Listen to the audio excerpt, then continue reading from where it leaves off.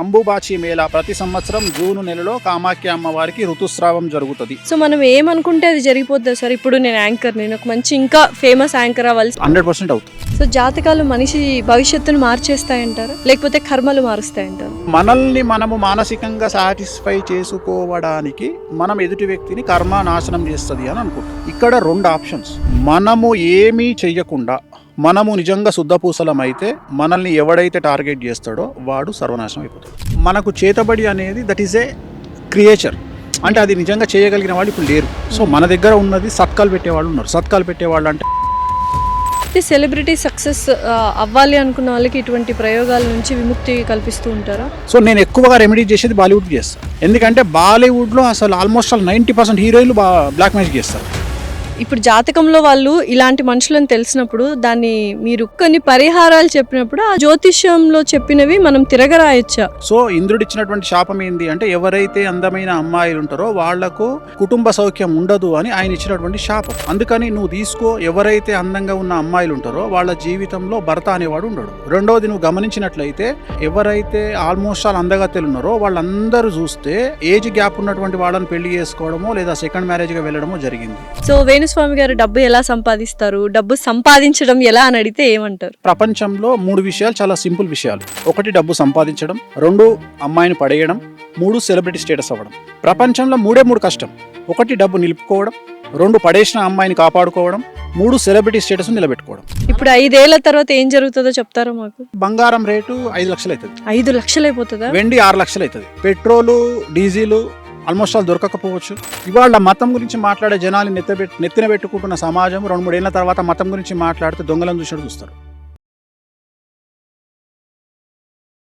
Hello everyone, welcome to I dream. This is anchor Lasya Reddy. ఇవాళ చేయబోతున్న podcast ప్రతి మనిషి చూడాల్సిన పాడ్కాస్ట్. ఎందుకంటే డబ్బు విలువ ఏంటో తెలుస్తుంది, మనిషి విలువ ఏంటో తెలుస్తుంది, మనిషి ఎలా బతకాలి అనే సంగతి తెలుస్తుంది.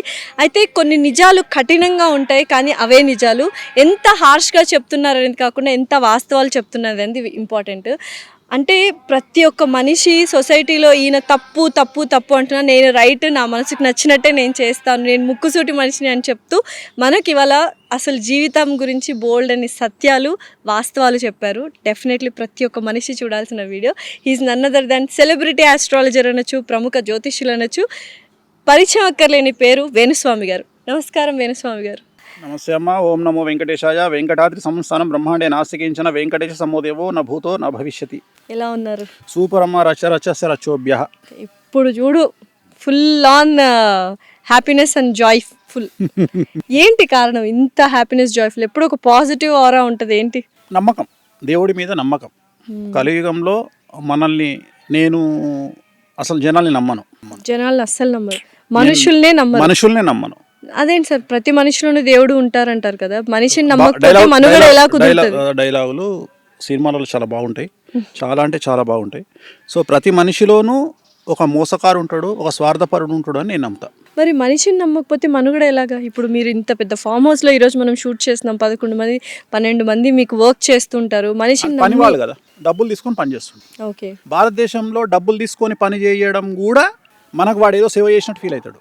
అంతే అంటారా? సో ప్రస్తుతం దేశ కాలమాన పరిస్థితులను బట్టి ఒక సేయింగ్ నడుస్తుంది, రోజుగారుకు కామ్ నయ్యే, కామ్ వాలే కామ్ కర్తే నయ్యి.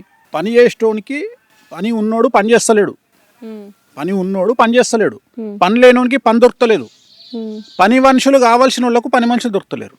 ఎందుకు ఇది అంటే, మన దేశంలో మన తెలుగు రాష్ట్రాల పరిస్థితి ఏంటి అంటే, మన దగ్గర డబ్బులు తీసుకొని పనిచేసేవాడు కూడా మనకేదో సహాయం చేసినట్టు వాడి జీవితాన్ని మనకు దారపోసినట్టు ఫీల్ అవుతాడు. ఈ ధోరణి ఎందుకు వచ్చిందంటారు? కలియుగం కాబట్టి పోయే కాలం అంటారు. పోయే కాలం, అహం అన్నట్టు ఇదంతా జెలస్, అహము ఎట్లయిపోయిందంటే, చివరికి ఎట్లయిపోయిందంటే మన దగ్గర పనిచేసేవాడు ఏమనుకుంటాడు అంటే, ఇప్పుడు ఉదాహరణ ఒక కాంట్రాక్టర్ ఉన్నాడు. కాంట్రాక్టరు సంవత్సరానికి 100 కోట్ల బిజినెస్ చేస్తాడు.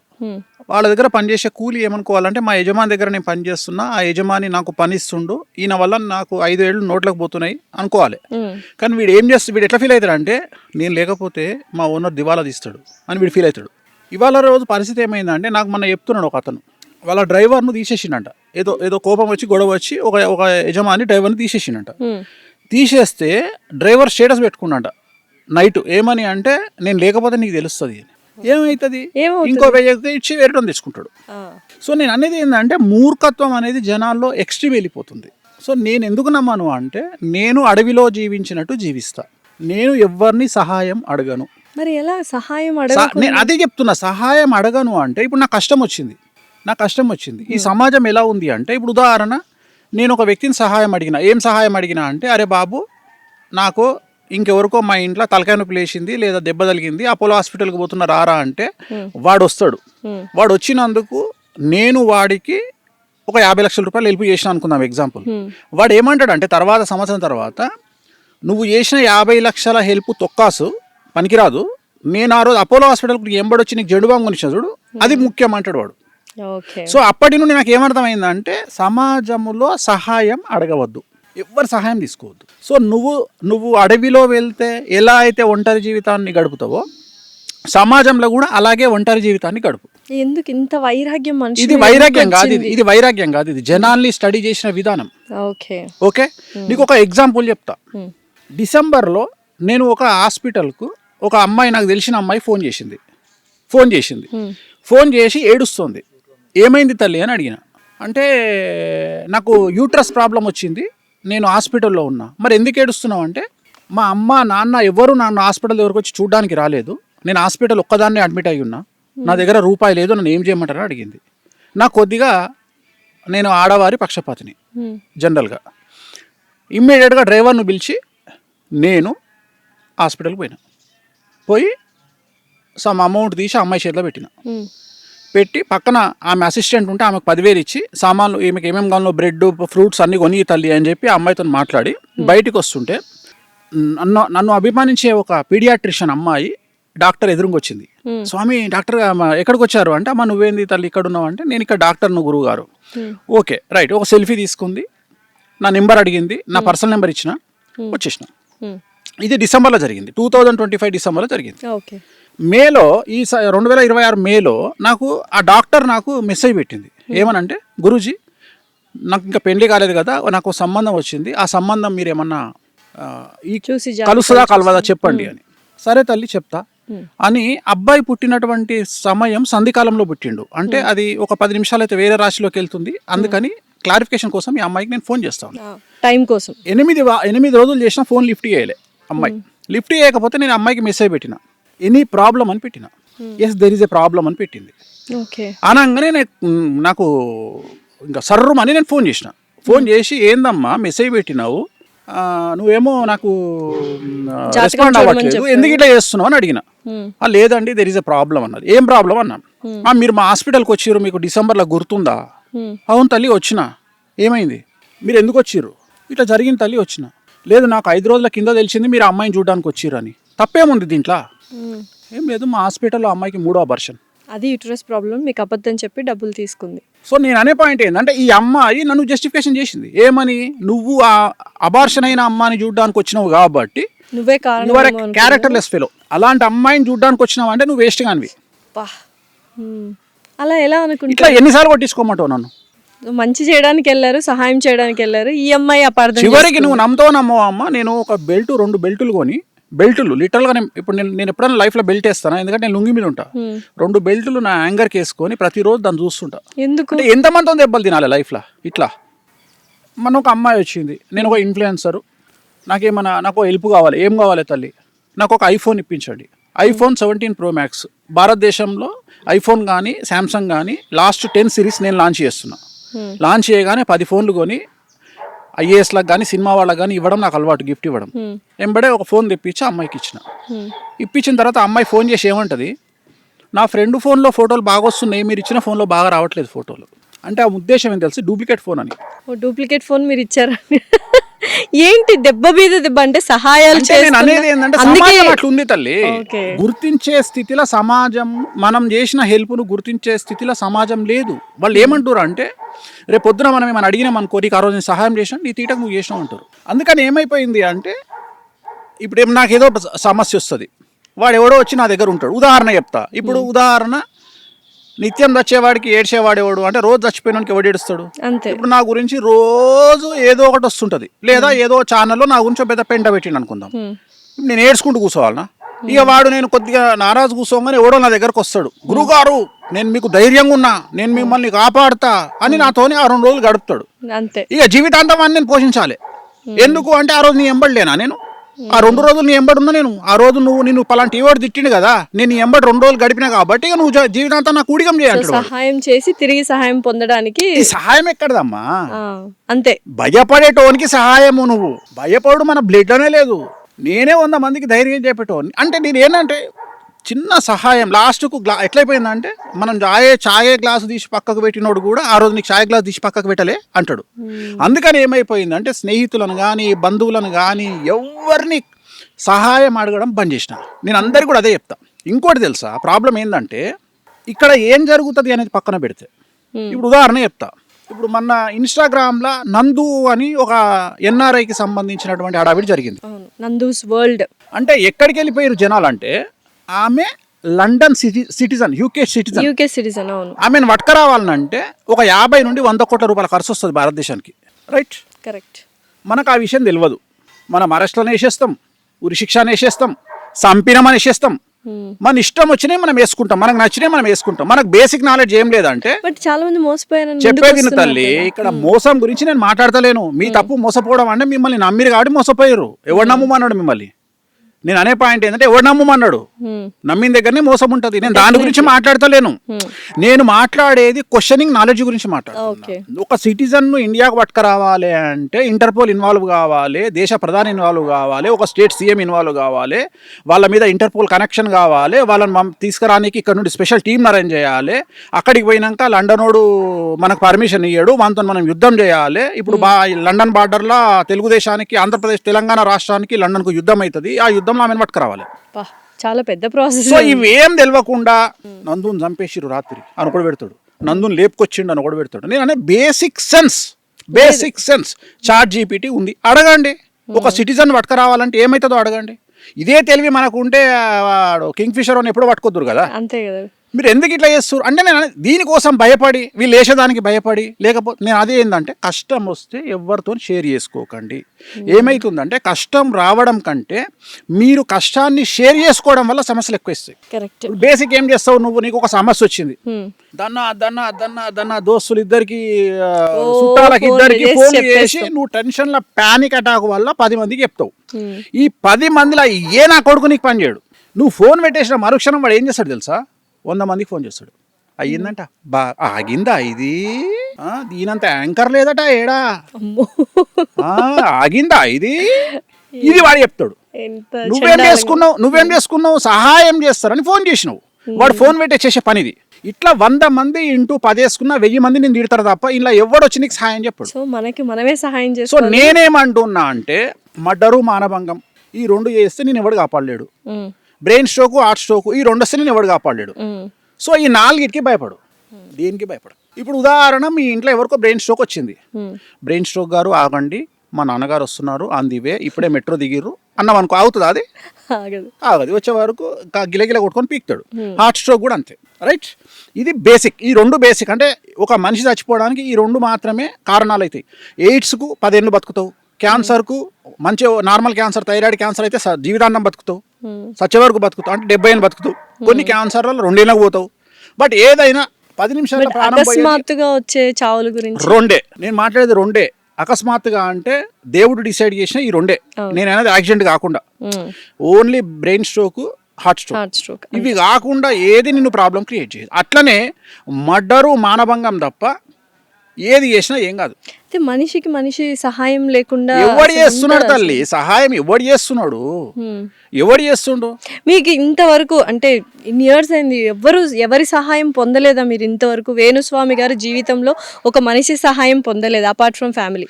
నిజాయితీగా ఎవరి దగ్గర పొందలే. అంటే నా నుండి ఎక్స్పెక్ట్ చేయకుండా ఎవ్వరు చేయలే నాకు హెల్ప్. నేను అనేది ఏంటంటే వీళ్ళకంటే నా పనులు బెటర్ కదా, డబ్బులు ఇస్తే పని చేస్తారు. నేను అనేది నువ్వు ఎవరు ఏమంటాడు అంటే చివరికి నేను విన్నది ఏంటంటే వాడికి బలిసింది వాడు చేసాడు. This is the answer final. సహాయం చేస్తున్నాం. సో ఇలాంటి చాలా తగిలాయి కాబట్టి సహాయం చేసినప్పుడు నాకు కాదు తల్లి, చాలా మంది గొప్ప వాళ్ళను మనం తిట్టుకుంటాం, చాలా మంది గొప్ప వాళ్ళు మనుషులను కేర్ చేస్తారు అని తిట్టుకుంటాం. వాళ్ళు ఇవన్నీ చూసి వచ్చిర్రు కాబట్టి నేను అనేది ఏంటంటే నాకు తెలిసిన ఒక శిష్యుడు ఉంటాడు ఎగ్జాంపుల్, వాడు అంతకుముందు నన్ను గురువు గారు అంటాడు. సడన్గా వాని బిహేవింగ్లో నేను ఎట్లా అబ్జర్వ్ చేస్తాను అంటే గురువు గారు పోయి గురువుకి వచ్చింది కథ, దోస్తు నడతాడు ఏం రా గురు ఏం గురు అంటాడు కదా, ఆ టైప్లో గురువు అని పెట్టిండు మెసేజ్. ఆ గురువు అనగానే నాకు అర్థమైపోతుంది ఓహో ఈయనకి దగ్గర పడ్డదిరా అని. దానికి రీజన్ ఏంటి అంత అహం అంటే రావడానికి? వాడు అహం రావడం అంటే ఏం లేదు, వాడు ఏదో కారు కొనుంటాడు, వాడు ఏదో కారు కొనుంటాడు, వాడి జీవితంలో వాడు ఏదో కారు కొనుంటాడు, వాడు ఏదో చేసి ఉంటాడు, గొప్పతనం చేసి ఉంటాడు. వాని దృష్టిలో ఏంటంటే వాడికి ఏదో గొప్ప. నేను అసలు డోంట్ కేర్, అంతే నీ మనీని నిన్ను ఐ డోంట్ కేర్. ఒక పెద్ద తోపు తోపు తోపు తోపు హీరో ఫోన్ చేసిండు నాకు, నా మేనేజర్కు ఫోన్ చేసిండు అపాయింట్మెంట్ కావాలని. రెస్పెక్ట్ ఇచ్చి మాట్లాడితే రూపాయి తీసుకోకుండా పోయి జాతకం చెప్తా.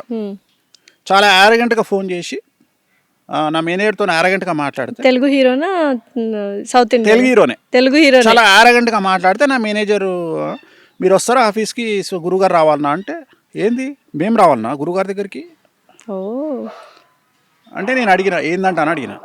చాలా రఫ్గా మాట్లాడుతుంది సార్, 2 లక్షలు చెప్పన్నా అనగానే ఓకే అండి గురువుగారు వస్తారు గురువుగారు మీ దగ్గరికి 2 lakhs ఛార్జ్ చేస్తారండి. 2 లక్షలా? తోపు అన్నారు కదా మీరే, తోపు హీరో కదా. అంటే ఆయన ఉద్దేశం ఏంటంటే నేను హీరోను కాబట్టి వీడు పమేరియన్ కుక్క తోకెట్లా ఊపుతుందో అట్లా ఊపుకుంటూరుకొస్తాడు అనుకుండు వాడు.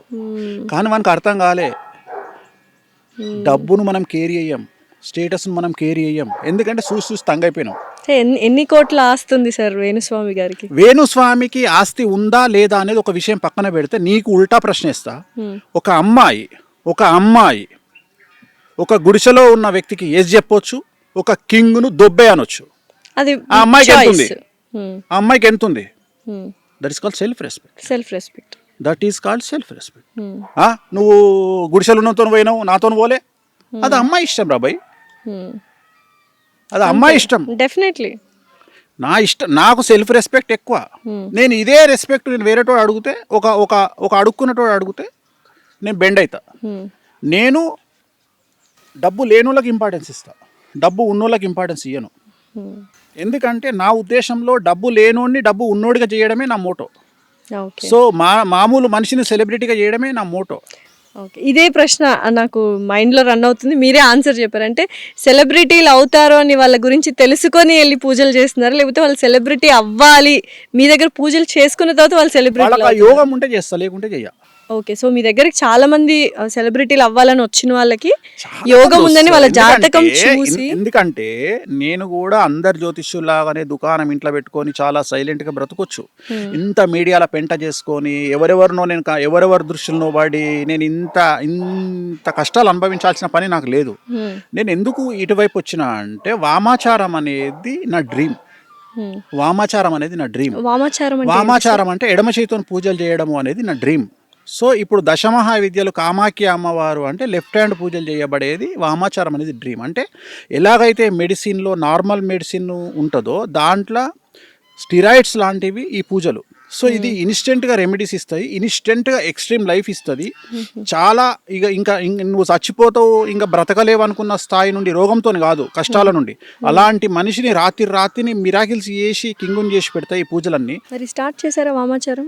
అదేళ్ళ నుండి చేస్తున్నా కదా, దీనికోసమే కదా అంత పెంట జరిగింది. ఎందుకంటే జనాలకు మా కామాఖ్య దేవాలయం తెలియనందువల్ల యోని యోని యోని యోని యోని అంటే చివరికి జనాలు అక్కడికి పోయి చూసిన తర్వాత నిజంగానే యోని ఉంది ఇక్కడ అని చెప్పి ఫీల్ అయ్యి అప్పుడు జనాలు లైన్ కట్టడం స్టార్ట్ అయింది. ఈ నెల 22 నుంచి 26 వరకు ఋతుస్రావం అనేది కామాఖ్య అమ్మవారికి జరుగుతుంది. అంబుబాచి మేళా అంటారు.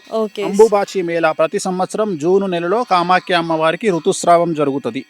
సో ఋతుస్రావం అంటే అమ్మవారికి యోని నుండి బ్లీడింగ్ అవుతుంది. సో మనం ఏమనుకుంటే అది జరిగిపోద్ది సార్. ఇప్పుడు నేను యాంకర్, నేను ఒక మంచి ఇంకా ఫేమస్ యాంకర్ అవ్వాలి, సెలబ్రిటీ అవ్వాలి, యాంకర్ స్థాయి పాడ్కాస్ట్ అయిపోవాలి అని అక్కడికి కామాఖ్య దేవి దగ్గరికి వెళ్తే ఆ టైంలో వెళ్ళొచ్చా? మిగతా టైంలో కూడా వెళ్ళి? ఆ టైంలో దేవాలయం బంద్ ఉంటుంది. అంబుబాచి మేళాలో దేవాలయం బంద్ ఉంటుంది. ఏ టైంలో ఓపెన్ ఉంటుంది అంటే ఆ 4 రోజులు తప్ప ఎప్పుడైనా ఓపెన్. సో ఎప్పుడైనా వెళ్ళొచ్చు. వెళ్ళి నేను 100% అవుతాను. 100% అవుతా. సో డెఫినెట్లీ వెళ్తాను సార్. నేను ఒక డిస్కషన్ అయింది. ఒక డ్రైవరు ఒక యజమాని అడిగిండు నన్ను, గురూజీ ఈయన డ్రైవర్ పని చేస్తాడు కదా, ఈయన లైఫ్ లో సూపర్ స్టార్ ఎట్లా అవుతాడు అని అడిగిండు. చాలా మంచి ప్రశ్న ఇష్టం. ఈ డ్రైవరు లోకల్ ఎమ్మెల్యే దగ్గర డ్రైవర్గా పనిచేస్తే లైఫ్ మారిపోతుంది. అంతే. లీడర్ సినిమాల రానాతోని సీఎం డ్రైవర్ చెప్తాడు, సార్ రాత్రి నాన్నగారు నాకు బ్యాగ్ ఇచ్చిరండి, 20 కోట్ల బ్యాగ్ ఇచ్చిర్రు సార్, అందులో అమ్మాయి అమ్మాయి కోసం అని చెప్పేసి ఒక 60 లక్షలు వాడుకున్నా సార్ అంటే డ్రైవర్ చేతిలో 20 కోట్ల బ్యాగ్ వచ్చింది. సో నీ స్థానాన్ని బట్టి మార్పును బట్టి నీ ఇంపార్టెన్స్ పెరుగుతుంది. డ్రైవర్ అనగానే నువ్వు చీప తీయాల్సిన పని లేదు. ఊబర్ డ్రైవర్ వేరే వాల్యూ ఉంటుంది, ఎమ్మెల్యే డ్రైవర్కి వేరే ఉంటుంది, సీఎం వాల్యూ వేరే ఉంటుంది, డిప్యూటీ సీఎం వాల్యూ వేరే ఉంటుంది, అంబానీ ఇంట్లో పనిచేసే డ్రైవర్కి వేరే వాల్యూ ఉంటుంది. సో ప్రతి ఒక్కళ్ళు వెళ్ళొచ్చు. నేను అదే చెప్తున్నా. సో నువ్వు ఏం చేస్తున్నావు అనేది ఇక్కడ ఒక్కటే, the biggest scam is job అనేది స్కామ్. ఉద్యోగం అనేది స్కాము. నీ కోసం నువ్వు కష్టపడకపోతే మంది కోసం కష్టపడాల్సి వస్తుంది. సో నేను ఏం చెప్తున్నా అంటే ఇవాళ నువ్వు ఒక ఛానల్లో యాంకర్గా పనిచేస్తున్నావు. నువ్వు జీవితాంతం ఈ ఛానల్ యాంకర్గా పనిచేస్తావా, లేకుంటే నువ్వు ఓన్గా ఇండివిజువల్ పాడ్కాస్ట్ సిస్టమ్ పెట్టుకుంటావా, లేకపోతే నీకంటూ ఒక యూట్యూబ్ ఛానల్ పెట్టుకుంటావా అనేది నీ ఆలోచన మీద ఆధారపడి ఉంటుంది. సో ఇప్పుడు నేను ఏం చేస్తే కరెక్ట్ అంటారు మీరు? అది నీ నక్షత్రం మీద ఆధారపడి ఉంటుంది. ఓకే, నీ నక్షత్రం ఏంది డైరెక్ట్ చెప్తావా? అశ్విని నక్షత్రం, మేషరాశి. సో ఏలినాటి శని నడుస్తుంది. డబ్బులు లేకుండా ఏం చేసినా నువ్వు తోపు, అంటే ఇన్వెస్ట్మెంట్ జోలికి పోకు. ఓకే, రెండోసారి ఏలినాటి శనిలో ఉన్నావు. నేను బోటికి పెడతా, నేను నా దగ్గర 40 లక్షల రూపాయలు ఉన్నాయి, 3%కి ఎవడో అప్పు తీసుకుంటా అన్నాడు, ఇట్లాంటి పనులు చేయొద్దు. ఈ జీవితంలో అతిపెద్ద తప్పు చిట్టీలు వేయడము, అప్పులు ఇవ్వడము. ఈ 2 వేస్తే బిస్కెట్, ఇవి పోవద్దు. డబ్బు లేకుండా డబ్బు ఇన్వెస్ట్మెంట్ లేకుండా సంపాదించగలిగినటువంటి శక్తిని భగవంతుడు నీకు ఇచ్చిండు. ఏమిచ్చిండు? నీకంటూ ఇండిపెండెంట్గా ఒక యూట్యూబ్ ఛానల్ పెట్టుకో, నీకంటూ ఇండిపెండెంట్గా ఒక ఇన్స్టాగ్రామ్ ఛానల్ పెట్టుకో, ఒక ఫేస్బుక్ అకౌంట్ పెట్టుకొని నీకున్న పరిచయాలను ఉపయోగించి బతిమలాడుకొని బామాలుకొని పోడ్కాస్ట్ చేసుకో, అయిపోయింది. సో నా దశ బాగుంటది అంటారా? తిరుగులేదు. సో నేను అనేది ఏంటంటే ఇట్లనే ప్రతి ఒక్కరు ఆలోచించాలి. నేను అనేది ఇట్లనే ఆలోచించాలి. ఇప్పుడు ఉదాహరణ కెమెరామెన్ ఉన్నాడు. మరి కెమెరామెన్ ఏమవుతాడా? తోపు అవుతాడా? కెమెరామెన్ తోపు అవుతాడు. ఎట్లయితాడా? 2 కెమెరాలు కొనుక్కొని కిరాయికి ఇచ్చుకుంటే కెమెరామెన్ తోపు అవుతాడా? ఆబ్వియస్లీ. నేను అనేది ఏంటంటే నీలో 12% కసి ఉంటే నువ్వు పైకి వస్తావు. రిస్క్ ఉంటుంది. రిస్క్ లేనిది ఎక్కడా ఉండదు ప్రపంచంలో. రిస్క్ లేకపోతే జీవితం లేదు. నువ్వు రిస్క్ తీసుకోవాలి. నువ్వు 4 రోజులు ఖాళీగా కూర్చో, రిస్క్ తీసుకొని నువ్వు పైకి రా. నేను ప్రతి మనిషి జీవితంలో రిస్క్ ఉంటుంది. సో జాతకాలు మనిషి భవిష్యత్తును మార్చేస్తాయంటారా, లేకపోతే కర్మలు మారుస్తాయంటారా? కర్మలు అనేవి అసలు నేను నమ్మను. కర్మ అనేదే లేదంటారా? నేను నమ్మను. ఇన్స్టెంట్ కర్మ కదా జరుగుతుంది. ఇన్స్టెంట్ కర్మ అంటే నేను ఒక సింపుల్ లాజిక్ చెప్తా. ఇప్పుడు ఉదాహరణ, రోజు కటికోడు మటన్ కొట్టేటోడు షాపులో రోజు 100 మేకలు చంపుతాడు. ఏమవుతుంది వానికి? ఏం కాదు. అది పక్కకు పెడదాం. భారతదేశంలో ఉరిశిక్ష పడ్డోళ్లకు ఉరిశిక్ష చేసేందుకు ఒక మనిషి ఉంటాడు. ఏమవుతుంది ఆయనకు? సో మనల్ని మనము మానసికంగా సాటిస్ఫై చేసుకోవడానికి మనం ఎదుటి వ్యక్తిని కర్మ నాశనం చేస్తుంది అని అనుకుంటాం. ఇక్కడ 2 ఆప్షన్స్. మనము ఏమీ చెయ్యకుండా మనము నిజంగా శుద్ధపూసలమైతే మనల్ని ఎవడైతే టార్గెట్ చేస్తాడో వాడు సర్వనాశనం అయిపోతాడు. ఇది మాత్రమే నేను నమ్ముతా. నిజమేనా సార్? ఇది ఒకటే నేను నమ్ముతా. కానీ నువ్వు కూడా శుద్ధపూస అయి ఉండాలి. నేను అనే పాయింట్ ఏంటంటే అమాయకత్వమేగా, ఏం తప్పు చేయకుండా. ఇప్పుడు నువ్వు మంచిదానివి అంటే నేను చూసిన దగ్గరికి సమాజంలో మన సమాజం ఎట్లుంటదంటే, మొగోడు డబ్బు సంపాదిస్తే అరే దొంగరా లంగపల్లి సంపాదించడం అంటది, అమ్మాయి అయితే ఒళ్ళమ్ముకొని సంపాదించిందని అంటారు. అదే కదా ఇప్పుడు అదే జరుగుతుంది ఎవరికైనా, అమ్మాయి. ఎందుకంటే నిన్ను మానసికంగా దెబ్బ కొట్టడానికి ఈ 2 పదాలు వాడతారు. వీటిని నువ్వు ఎంటిక తీసేసినట్టు తీసేస్తే నువ్వు సక్సెస్. ఇట్లా తీసి ఎంటకాడ పడేయాలి. చేసిన పో అను, అయిపోయింది. అంటే ఇప్పుడు సొసైటీని పట్టించుకోకర్లేదు, అసలు పట్టించుకోవద్దు. మనకి చెడ్డ పేరు వస్తుందని భయం కూడా అసలు వద్దే వద్దు. అన్నిటికంటే ముఖ్యమైన ప్రాబ్లం నిన్ననే నా దగ్గరికి ఒక అమ్మాయి వచ్చింది. చాలా తోపు తెలుగు రాష్ట్రాలలో వచ్చి జాతకం చూపించింది. ఆ అమ్మాయిని నా దగ్గరికి పంపించిన ఆమె నా దగ్గరికి రికమెండ్ చేస్తారు కదా. ఇప్పుడు నువ్వే ఉన్నావు, ఏమంటావు? గురూజీ నేను ఒక అమ్మాయిని పంపిస్తున్నా, భార్యాభర్తలు పంపిస్తున్నా, వాళ్ళ దగ్గర ఒక 500 కోట్లు ఉన్నాయి, 1000 కోట్లు ఉన్నాయి, భార్యాభర్తల అన్యోన్య జీవితము, అసలు ఇంకా వాళ్ళని మించిన ఇంకెవరు దొరకరు అని చెప్పి నువ్వు నా దగ్గర పంపించినావు. నేను జాతకం చూడంగానే ఫస్ట్ క్వశ్చన్, ఇంకా కలిసినారా మీరని అడిగిన అమ్మాయిని. నీ మొగడు సైకో కదమ్మా, ఎట్లా కలిసినావు అని అడిగిన. ఫస్ట్ క్వశ్చన్ అదే. నీ మొగడు సైకో కదా, ఎట్లా కలిసినావు? నీ మొగడికి మల్టీ పర్సనాలిటీలు ఉన్నాయి, స్ప్లిట్ పర్సనాలిటీలు ఉన్నాయి, నువ్వు ఎట్లా కలిసినావు అని అడిగిన. అప్పుడు ఆ అమ్మాయి ఒక అర్ధగంట మొత్తం ఉపదేశం చేసింది నాకు. ఇగో ఇట్లాంటి ఇట్లా ఏం చేయాలి గురువు గారు అని అడిగింది నన్ను. ఏం చేస్తావు తల్లి డివోర్స్ తీసుకొని అడిగిన, చెప్పిన. అంటే ఎంత సింపుల్గా చెప్పిన అనేది ఆమె అనుకుంటుంది. నేను ఏమంటున్నా అంటే నా చెల్లెనో అక్కనో బిడ్డనో ఆ సీట్లో కూర్చుంటే ఆమె ఎంత సఫర్ అయ్యింది ఆలోచన చేసి చాలా సింపుల్గా నువ్వు డివోర్స్ తీసుకో అన్నట్టే అనిపిస్తుంది. కానీ దాని కింద నేను ఎంతో గ్రౌండ్ వర్క్ చేసి ఉంటా. ఎందుకంటే అమ్మాయి డివోర్స్ తీసుకోవడంలో లేట్ చేస్తే జీవితం నాశనం అవుతుంది. మొగోనికి ఏం నాశనం కాదు. మొగోడు డివోర్స్ తీసుకోవాలి అంటే తీసుకున్నా తీసుకోకపోయినా వాని దగ్గర పైసలు ఉంటే వానికి ఇంకో అమ్మాయి వస్తుంది. ఈ మధ్యన ఇన్స్టాగ్రామ్లో ఒక రీల్ వస్తుంది, how is your what about your age అంటే 10 million ఇన్ బ్యాంక్ అంటాడు.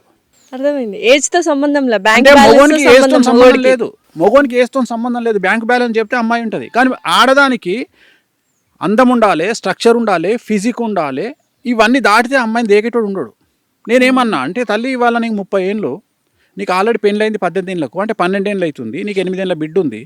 ఇవాళ నువ్వు ఈ నిర్ణయం తీసుకోకుండా సపోజ్ నీకు రేపు పొద్దున అష్టమశని వచ్చినప్పుడు అర్ధాష్టమశని వచ్చినప్పుడు నిర్ణయం తీసుకుంటావు నువ్వు, అప్పుడు అప్పటికి ఇంకో సైకోగాడు పక్కకు పెడితే ఫస్ట్ ఇప్పుడు నువ్వు సంపాదించే సంపాదన నీ దగ్గర ఉండదు. ఎందుకంటే అప్పటికి నువ్వు ఏజ్ అయిపోయి 10 ఏళ్లకు ఏజ్ అయిపోయి ఉంటుంది. డెఫినెట్లీ అర్థమైందా? పోనీ వీళ్ళేమి సూపర్ స్టార్లు హీరోలు కాదు, గ్రేట్ అవార్డ్స్ తీసుకొని నీకు 250 కోట్లు ఇస్తుంది కాబోయే సీఎంలు కాదు. మరి అట్లాంటప్పుడు నీ పరిస్థితి ఏంది? వీడు రూపాయి కూడా ఇవ్వడు నీకు. రేపు పొద్దున నువ్వు మళ్ళీ బోటికి పెట్టుకోనో లేకపోతే మళ్ళీ ఇంకేదో చేసుకొని బతకాలి. సో ఈ నిర్ణయాన్ని నేను ఇస్తా. నేను అనేమంటే ఈమె లేదు మా ఇంటి పక్కోడు ఏమనుకుంటాడు. మీ ఇంటి పక్కన ఇంట్లో కూడా సమస్యలు ఉన్నాయి తల్లి. మీ ఇంట్లో నీళ్ళొల్లి అయితే మీ ఇంట్లో ఇంకోలొల్లి, పక్కింటో ఇంట్లో ఇంకోలొల్లి. సో ఇంటింటి రామాయణం ఉంటుంది. కాబట్టి నువ్వు జనాల గురించి పట్టించుకోవడం బంద్ చేయి. ఇంకొక ముఖ్యమైన విషయం ఏంటంటే మరీ ముఖ్యంగా తెలుగు స్టేట్స్లో ఒక వ్యక్తిని విమర్శించేటువంటి నైతిక అర్హత ఎవరికి లేదు. కానీ అదే చేస్తున్నాం, హక్కుగా భావించి చేస్తున్నాం. అంటే తెలుగు లాజికల్ ఏంటంటే 2+2 = 5. తెలుగు స్టేట్స్లో 2+2 = 4 కాదు, 2+2 = 5. సో ఇక్కడ డిఫరెంట్గా ఉంటుంది. ఇప్పుడు మన దగ్గర ఎట్లుంటుంది అంటే మనం ఈ సమాజం అంతా ఫోక్సో గురించి మాట్లాడుతుంటే ఒక 10 మంది వచ్చి సపరేట్గా పెద్ద సినిమా గురించి మాట్లాడతారు. సో ఇది ముఖ్యం వాళ్ళకు. అంటే ఇక్కడ ఫోక్సో కంటే పెద్ద సినిమా ముఖ్యం వానికి. పెద్ద సినిమా ఎందుకు ఆగిపోయింది అనే దాని గురించి డిస్కషన్ నడుస్తుంది. ఎందుకు అంత తెలుగు వాళ్ళంటే ఎందుకు అంత బ్యాడ్ అయిపోయారు అనుకుంటున్నారా మీరు? మానసికంగా చెడిపోయారా తెలుగు వాళ్ళు? అంటే ఎంటర్టైన్మెంట్ కావాలి మనకి. ఎంటర్టైన్మెంట్ ఇప్పుడు నేను ఎంత పర్వట్టాడు అంటే రాత్రి 10 గంటలకు ఉప్పల్ బాల్ వీడియోలు చూసుకుంటా, అగ్గిపేట మచ్చ చూసుకుంటా. ఎందుకంటే నాకు వెరైటీ చూడబుద్ది కాదు. ఎందుకంటే నేను యుద్ధం గురించి ఇన్ఫర్మేషన్ చూద్దామా ఏం దొరకదు. అంటే నీకు ఏది జెన్యూన్ రాదు కదా న్యూస్లో. నేను అనే పాయింట్ ఏంటంటే అంత పెయిడ్ న్యూస్ కాబట్టి జెన్యూన్ న్యూస్ ఏమొస్తుంది, ఇరాన్లో ఏం జరిగింది అనేది చూస్తే మన ఛానల్లో అది రాదు. మన ఛానల్లో పచ్చళ్ళలో ఇంకోటో నడుస్తుంటది. సో నేను అనేది ఏంటంటే నేను మళ్ళీ నేషనల్ న్యూస్కి పోవాలి, అక్కడ కూడా ఇదే పెంట. సో దాని బదులు ఇంటర్నేషనల్ న్యూస్ ఛానల్ చూసుకుంటే బెటర్. నేను అనేది ఏంటంటే ప్రతి ఒక్కడు పర్వర్టెడ్ అయిపోయిండు. నేను అనేది నైతిక బాధ్యత, నేను అనేది క్వశ్చనింగ్ లేదమ్మా. అన్నిటికంటే ముఖ్యం నేను ఏమంటున్నా అంటే దెర్ ఈజ్ నో క్వశ్చన్. ఏది వేస్తే అది నమ్మాలి. అది నిజం కాదని తెలుసు, అయినా సరే నేను రాజకీయాలు అట్లే అయినాయి, సినిమా ఇండస్ట్రీ అట్లే అయింది, ప్రతి ఒక్కటి business, products, promotions, everything. Celebrity అనగానే పుక్కడికి దొరికిండా మీకు? ఎవడు పడితే ఏ హీరోని తిట్టడము, హీరోయిన్ తిట్టడము, యాంకర్ను తిట్టడము, ఇష్టం వచ్చి నోటికి వచ్చిన తిట్లు తిట్టడం. పద్ధతిగా ఉన్నా తిడుతున్నారు, ఏం చేయాలి చెప్తున్నా. ఇప్పుడు అందుకని ఒక సామెత ఉంది కదమ్మా, పెట్టనమ్మ ఎలాగో పెట్టదు, పెట్టేముండకి ఏమైంది అని. ఒక సామెతనే ఉంది, పెట్టనమ్మ ఎలాగూ పెట్టదు, పెట్టేముండకి ఏమైంది అని. అట్లా నిండుగా బట్టలు వేసుకున్న అమ్మాయిని తిడుతున్నారు, ఎక్స్పోజింగ్ చేసే అమ్మాయిని తిడుతున్నారు. సో నేను అందుకని ఏమంటున్నా అంటే ఈ విమర్శలకు మీరు తలొగ్గకండి. సో మనకు నచ్చింది మనము చేయాలి, నచ్చినట్లు మీరు బ్రతకండి, తప్పుడు పనులు చేయకుండా నచ్చినట్టు. రెండోది ఏంటంటే విమర్శించే వాళ్ళని చూసి కృంగిపోకండి, పర్వర్టెడ్గా బిహేవ్ చేయకండి. ఏంటి సార్ ఇంత ఆహ్లాదకరంగా వేశారు ఈ ఫామ్ హౌస్, బాతులు, చక్కగా కోళ్ళు, డిఫరెంట్ ఆవులు, కుక్కలు ఇవన్నీ ఉన్నాయి. ఏంటి దీనికి రీజన్ ఏంటి? ఈ ఫామ్ హౌస్కి యొక్క ఏం లేదు, పర్పస్ ఏంటి? వచ్చినప్పుడు మెంటల్ ఎక్కింది. కరోనా వచ్చినప్పుడు ఇంట్లో నాకు ఖాళీగా ఇంట్లో ఉండడం అంటే చిరాకు. అంటే నాకు ఎట్లాంటి మెంటాలిటీ అంటే నేను ఇవాళ పని లేదనుకో, పని లేకపోతే ఈనాడు మాలో జీవికేనో ఎటో వెళ్ళిపోయి చెప్పులు అవసరం ఉన్న చెప్పులు, లేకున్నా చెప్పులు, లేకుంటే పర్ఫ్యూమ్ ఏదో కొనుక్కొని వచ్చే టైప్ నేను. నాకు రిలాక్స్ ఇచ్చేది షాపింగ్, రెండోది వెంకటేశ్వర స్వామి, మూడోది స్విమ్మింగ్. ఇవి తప్ప నాకు వేరే ఉండవు లైఫ్లో. సో ఫస్ట్ ఇది షాపింగ్. ఎంత ఖర్చు పెడతారు సార్ షాపింగ్? హైయెస్ట్ ఖర్చు ఎంత ఒక్క రోజు చాలా పెట్టింది? పెడతా, చాలా పెడతా. ఎంత ఒక్క రోజుకి ఎంత పెట్టారు హైయెస్ట్ ఖర్చు? చాలా ఉంది చెప్పండి సార్. నేను అవి చెప్పలే కానీ ఒక డ్రీమ్ ఉంది నాకు, చేసుకొని వచ్చిన. లండన్ లో హెవార్డ్స్ అని ఒక బిల్డింగ్ ఉంటుంది. ప్రపంచం మొత్తంలో దాని గొప్పతనం ఏంటంటే అక్కడికి వెళ్ళి ట్యాగ్ చూడకుండా షాపింగ్ చేయాలి. దానికి ట్యాగ్ ఉండదు. వాటికి ట్యాగ్స్ ఉండవా? ఉండవు. ఉదాహరణ నువ్వు టీ షర్ట్ చూసావు అనుకో, ఆ టీ షర్ట్ కు ట్యాగ్ ఉండదు. అంటే ఎంత అనేది నీకు అక్కడ రేట్ చూడాలంటే ఏం ఉండదు, దాని ట్యాగ్ ఉండదు. సో బిల్లింగ్ దగ్గర తీసుకుపోయి బిల్లింగ్ దగ్గర పెడితే ఆడి అప్పుడు బిల్ వేసి ఇస్తాడు. ఆ బిల్లు కూడా నువ్వు అడగొద్దు. సో అది నాకు పిచ్చి. ఆ డ్రీమ్ ఫుల్ఫిల్ చేసుకున్నారా మరి? ఎంత ఖర్చు పెట్టారు? తెలియదు. బా ఎందుకు సార్ అలాగా? కాదు, ఎందుకు అమౌంట్స్ చెప్పట్లేదు ఏంటి? అవసరం ఏముంది? ఐటీ రైట్స్, ఇన్కమ్ రైట్స్ జరుగుతాయి. జెన్యూన్ ఉంటాం మనం. భారతదేశంలో జిఎస్టీ కట్టే ఏకైక ఆస్ట్రాలజర్. టెన్షన్ లేదు. సో నెక్స్ట్ సెకండ్ ఇది వెంకటేశ్వర స్వామి అన్నారు కదా, ఏంటి ఆరాధిస్తూ మెడిటేషన్ లాంటివి చేస్తుంటారు? మెడిటేషన్ ఏం లేదు. రోజుకు ఆయన ఫోటోను ఒక 100 నుండి 1000 సార్లు చూస్తా. అంటే ఉదాహరణ నేను కిచెన్లో వెళ్ళేటప్పుడు ఎదురుగా వెంకటేశ్వర ఉంటాడు. ఆయన ముఖం చూస్తూ అక్కడ నుండి పాస్ అవుతా. సో నేను ఇంట్లో నువ్వు ఎటు తిరిగినా ఒక 5-6 ప్లేస్లలో నాకు వెంకటేశ్వర బొమ్మలు ఉంటాయి. పెద్దగా ఉంటాయి, చిన్నగా ఉంటాయి, అన్ని 4x4 5x6 ఉంటాయి. సో ఎట్లుంటుంది అంటే అక్కడ నుండి వెళ్ళేటప్పుడు ఆయన చూస్తా, ఆయన ముఖం చూస్తా. అట్లా ప్రతిరోజు నేను ఎక్కడికి పోతే అక్కడికి, ఉదాహరణ బాత్రూమ్కి వెళ్ళేటప్పుడు ఒక వెంకటేశ్వర ఉంటాడు. అట్లా నా ఆఫీస్లో అంతే. నువ్వు ఇక్కడ చూస్తే ఫామ్ హౌస్లో కూడా వెంకటేశ్వర ఉంటారు. సో నేను అనేది ఏంటంటే నేను ఎక్కడ మూవ్ అయినా ఆ మూవ్లో నాకు వెంకటేశ్వర కనిపిస్తాడు. పూజలు చేయడము, నేను కూర్చొని పూజలు చేయడము, అదేదో సినిమాలో చూపించినట్టు అవాహయామి ఈ టైపు పూజలు నేను చెయ్య. ఓన్లీ స్వామిని కళ్ళతో చూసుకుంటున్నావు కదా అని వెళ్ళిపోతా. ఎందుకు అంత ప్రీతి ప్రాత్రం అయిపోయింది? ఇప్పుడు ఇక్కడ యాక్చువల్గా this is the first question నువ్వు నన్ను అడిగింది. అక్కడ నుండి మనం డీవియేట్ అయ్యి తిరిగి ఇటు వచ్చినాం. యాక్చువల్గా విషయం ఏంటంటే ఈ దేవుడు తప్ప ప్రపంచంలో మనల్ని ఎవడు కాపాడు అని గుడ్డిగా నమ్మే వ్యక్తి నేను. అర్థమైందా? సో కలియుగంలో ఈ భక్తి పెరగడానికి ప్రధానమైనటువంటి కారణము ఇదే ఏంటంటే అమెరికా లాంటి దేశాలలో సైకియాట్రిస్టులు ఉంటారు. వాళ్ళ కాన్ఫిడెన్స్ తగ్గంగానే డాక్టర్ దగ్గరికి పోరు, వీళ్ళ దగ్గరికి పోతారు. పోయి మాకు ఇట్లా అయ్యింది అంటే వాడు ఏదో బూస్టింగ్ ఇచ్చి పంపిస్తాడు. మన తెలుగు రాష్ట్రాలలో, భారతదేశంలో, టోటల్ ఇండియాల పరిస్థితి ఏంటంటే ఇక్కడ ఎవరికి ఏ ప్రాబ్లం వచ్చినా ఆస్ట్రాలజీ దగ్గరికి పోతారు, లేదా గుళ్ళ పంతులు తిరిగిపోతారు. పోతే ఇక్కడ గుళ్ళ పంతులకు ఉన్న పర్మిషన్ ఏంటంటే నువ్వు దేవుడి యొక్క గొప్పతనాన్ని ఒక పూజారిగా చెప్పాలి. ఇక్కడ ఆస్ట్రాలజర్ గొప్పతనం ఏంది అంటే నేను భగవంతుడిని ధ్యానించు, నీకు ఇంకెవ్వడు అవసరం లేదు అని వాళ్లకు బలమైనటువంటి ఒక భయాన్ని పోగొట్టి వాళ్లకు ధైర్యాన్ని నింపడం నా యొక్క కర్తవ్యం. సో నేను ఇక్కడ ముందే చెప్పి నీకు ఈ ప్రాబ్లం ఉంది. ఉదాహరణ భార్యాభర్తలు విడిపోతారు. అయ్యా మీరిద్దరు విడిపోయే అవకాశం ఉంది, ఇగో నువ్వు మొదలే చెప్తారే నీ పెళ్ళం కొట్టినా నువ్వు కంట్రోల్ ఉండు, నువ్వు కోపానికి రాకు. అట్లా మీకు ముందే తెలిసిపోతుంది. జాతకాలు చూసి ఖచ్చితంగా తెలిసిపోతాయి కదా. సో ఇప్పుడు జాతకంలో వాళ్ళు ఇలాంటి మనుషులను తెలిసినప్పుడు దాన్ని కొన్ని పరిహారాలు చెప్పినప్పుడు ఆ జ్యోతిష్యంలో చెప్పినవి మనం తిరగరాయొచ్చా? ఇప్పుడు ఆ మనిషి కోపం తగ్గించుకుంటాడు. ఇప్పుడు భార్యాభర్తలు ఇద్దరున్నారు, మీ భార్య కొడుతున్నా కామ్గా ఉండు అంటున్నారు కదా. సో కామ్గా ఉంటే వాళ్ళిద్దరి మధ్య సఖ్యత పెరుగుతుందా అంటే అప్పుడు జాతకం తప్పే కదా. జాతకంలో అందరు విడిపోతారని ఉండదు. Generation decides. 1960లో పుట్టినటువంటి భార్యాభర్తలు పెళ్లి చేసుకుంటే ఖచ్చితంగా భర్త కొట్టిన భార్య పడుతుంది. ఎందుకు? ఆనాడు ఆ అమ్మాయికి, ఆ స్త్రీకి ఫైనాన్షియల్ ఫ్రీడమ్ లేదు. ఇప్పుడున్నటువంటి అమ్మాయికి 1990 తర్వాత పుట్టినటువంటి అమ్మాయిలకు ఫైనాన్షియల్ ఫ్రీడమ్ ఎక్కువ. రెండవది కాలసర్ప దోషం అనేది చాలా తీవ్రత. రెండవది అందం మీద కాన్షియస్ చాలా ఎక్కువ. సో ఇంద్రుడిచ్చినటువంటి శాపం ఏంది అంటే ఎవరైతే అందమైన అమ్మాయిలు ఉంటారో వాళ్లకు కుటుంబ సౌఖ్యం ఉండదు అని ఆయన ఇచ్చినటువంటి శాపం. అందుకని నువ్వు తీసుకో, ఎవరైతే అందంగా ఉన్న అమ్మాయిలు ఉంటారో వాళ్ళ జీవితంలో భర్త అనేవాడు ఉండడు. రెండవది నువ్వు గమనించినట్లు ఎవరైతే ఆల్మోస్ట్ ఆల్ అందగత్తెలు ఉన్నారో వాళ్ళందరూ చూస్తే ఏజ్ గ్యాప్ ఉన్నటువంటి వాళ్ళని పెళ్లి చేసుకోవడమో లేదా సెకండ్ మ్యారేజ్గా వెళ్ళడమో జరిగింది. అందంగా ఉండడం తప్పైపోయిందా sir? Take any top heroine. Definitely Sridevi గారు, సుస్మితా సేన్ గారు చెప్పదలుచుకోలేదు. లేటెస్ట్ హీరోయిన్ కూడా ఇవాళ ఒక సినిమా రిలీజ్ అయింది.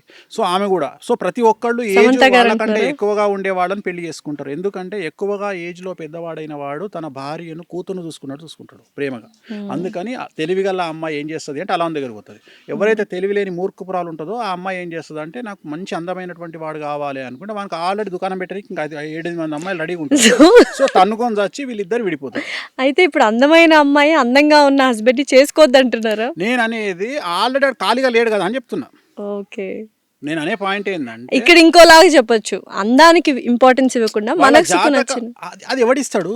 ఇప్పుడు పైసలుగా మగోనికి చూడమ్మా, మగోనికి అందం కావాలి, ఆడదానికి డబ్బు కావాలి. అట్లా ఏం లేదు సార్.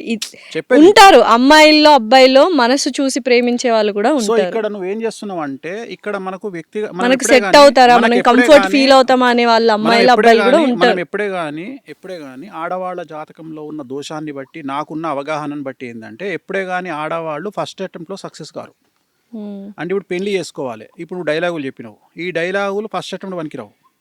అర్థమైందా? డెఫినెట్లీ అవ్వదు. నన్ను చెప్తా తల్లి, పొద్దుగా లేస్తే చూసి ఇవన్నీ కలర్ వేసిన తల్లి. నువ్వు ఆయన కొంపదీసి నల్లెంటికి అనుకున్నావు.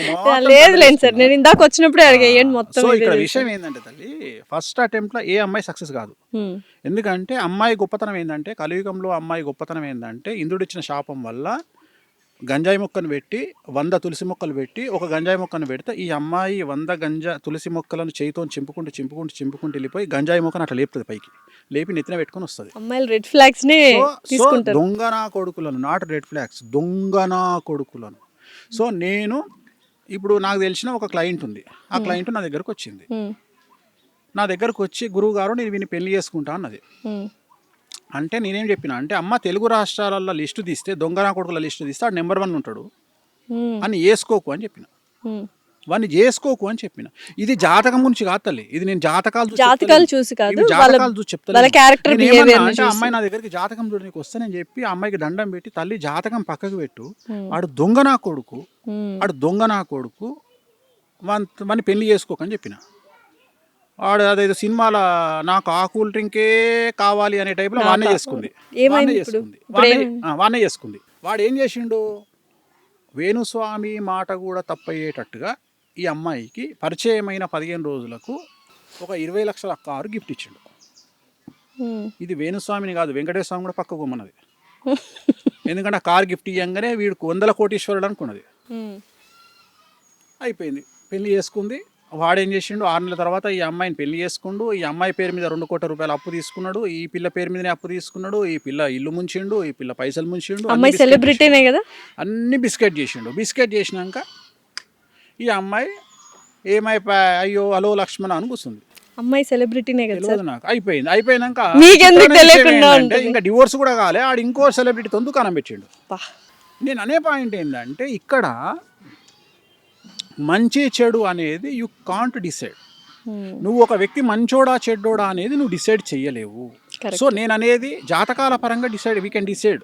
జాతకాలు చూసి వీళ్ళిద్దరు కలిసినాయా కలవలేదా, వీళ్ళు విడిపోతారా, జాతకాలు చూసిన తర్వాత కూడా గొడవపడి విడిపోతున్నారు. నువ్వు అనుకుంటున్నావు జాతకాలు చూసిరు అని యూ కాంట్ డిసైడ్. గణాలు చూసి గణాలు అనేది తప్పు. ఎందుకంటే 8 ఈక్వేషన్స్ లా ఒక్క ఈక్వేషన్ గణాలు, ఇంకా 7 ఈక్వేషన్స్ ఉన్నాయి. సో నువ్వు గణాలు అనే మాట తప్పు, అసలు జాతకాలే కాదు అది. గణాలు అనేది జాతకమే కాదు, జాతకాలు చూసి అనకు దానికి. ఇక కొంతమంది మేధావులు పేర్లు మార్చి పెళ్లి చేస్తారు, నీకు తెలుసు అనుకుంటా. అమ్మాయి పేరు మార్చేస్తారు అమ్మాయి. మరి ఇప్పుడు నేను రేవంత్ రెడ్డి అని పెట్టి కూడా సీఎం అవుతానా? సో నేను అనేది ఇది. ఇట్లా పంతులకు చేతగాక, జ్యోతిష్యులకు చేతగాక, అంటే టైం స్పెండ్ చేయలేక జనాలు ఏమంటారు, జాతకాలు చూసుకొని పెళ్లి చేసుకున్నాక డివోర్స్ ఎందుకు అయినాయా అంటే, అరే నువ్వు జాతకం కరెక్ట్గా చూసుకోరయ్యా. గణాలు ఒకటే కాదు, యోని ఉంటుంది, వర్ణ దోషం ఉంటుంది, యోని దోషం ఉంటుంది, ఏకనాడి దోషం ఉంటుంది, షష్టాష్టక దోషాలు ఉంటాయి, చాలా ఉన్నాయి. సో 8 రకాల దోషాలు ఉంటాయి. సో అందరికి వేణుస్వామి గారు అవైలబుల్ గా ఉండరు కదా, మరి మీరు అన్నట్టు పూజారులు గణాలు చూసి ఏవో మంత్రంగా చేసేస్తుంటారు. అడగాలి కదా. ఇప్పుడు నా దగ్గరికి, ఇప్పుడు ఉదాహరణ, నా దగ్గరికి ఒక అమ్మాయి వచ్చింది. అమ్మాయి వచ్చి అబ్బాయి జాతకాన్ని చూపించి, స్వామి మా ఊర్లో నేను పంతులకు చూపించుకున్నా, ఈ జాతకం చాలా బాగుంది అన్నాడు మా పంతులు అనగా, నేనేమంటున్నా అంటే, ఇవాళ రేపు మీకు చాట్ జీపీటీ వచ్చింది, మీరు అడగండి చాట్ జీపీటీని. 7వ స్థానములో, లగ్నాత్ 7వ స్థానములో ఏ గ్రహం ఉంటే పెళ్లికి వనికిరాడు, పిల్లగాడైనా సరే పిల్ల అయినా సరే మీరే అడగండి రా. చాట్ జీపీటీలో జాతకాలు చెప్పించేసుకోవచ్చు, మనకి చెప్పుకోవచ్చు, బేసిక్ థింగ్స్. నేనేమంటా, ఇదే ప్రశ్న పంతులుగా అన్నాడు, వాడు ఆన్సర్ చెప్పాలి నీకు కరెక్ట్ గా. చాట్ జీపీటీ చెప్పిన ఆన్సర్ చెప్పాలి, అప్పుడు నమ్ము. మంచి పాయింట్ చెప్పారు. నేను ఏమంటున్నా అంటే, వేణుస్వామి కూడా లప్పుడుగాడు బై నమ్మకు. వేణుస్వామి గురించి టీవీ ఛానల్ వచ్చినాయే నమ్ము, లంగా దొంగ లఫంగా, రైట్ ఒప్పుకుంటా, నమ్మకు. ఫస్ట్ చాట్ జీపీటీ ఓపెన్ చేసి 7వ స్థానంలో కేతు ఉన్నాడు, మరి ఏంది పరిస్థితి? ఇప్పుడు వైదవ్యం అంటాం, ఒక అమ్మాయికి పెళ్లి చేసుకున్నాక భర్త చనిపోతాడు, అట్లనే ఒక అబ్బాయికి పెళ్లి అయినాక భార్య చనిపోతుంది. అది చాట్ జీపీటీ చెప్తుంది నీకు. ఓ నువ్వు అడిగితే చెప్తుంది.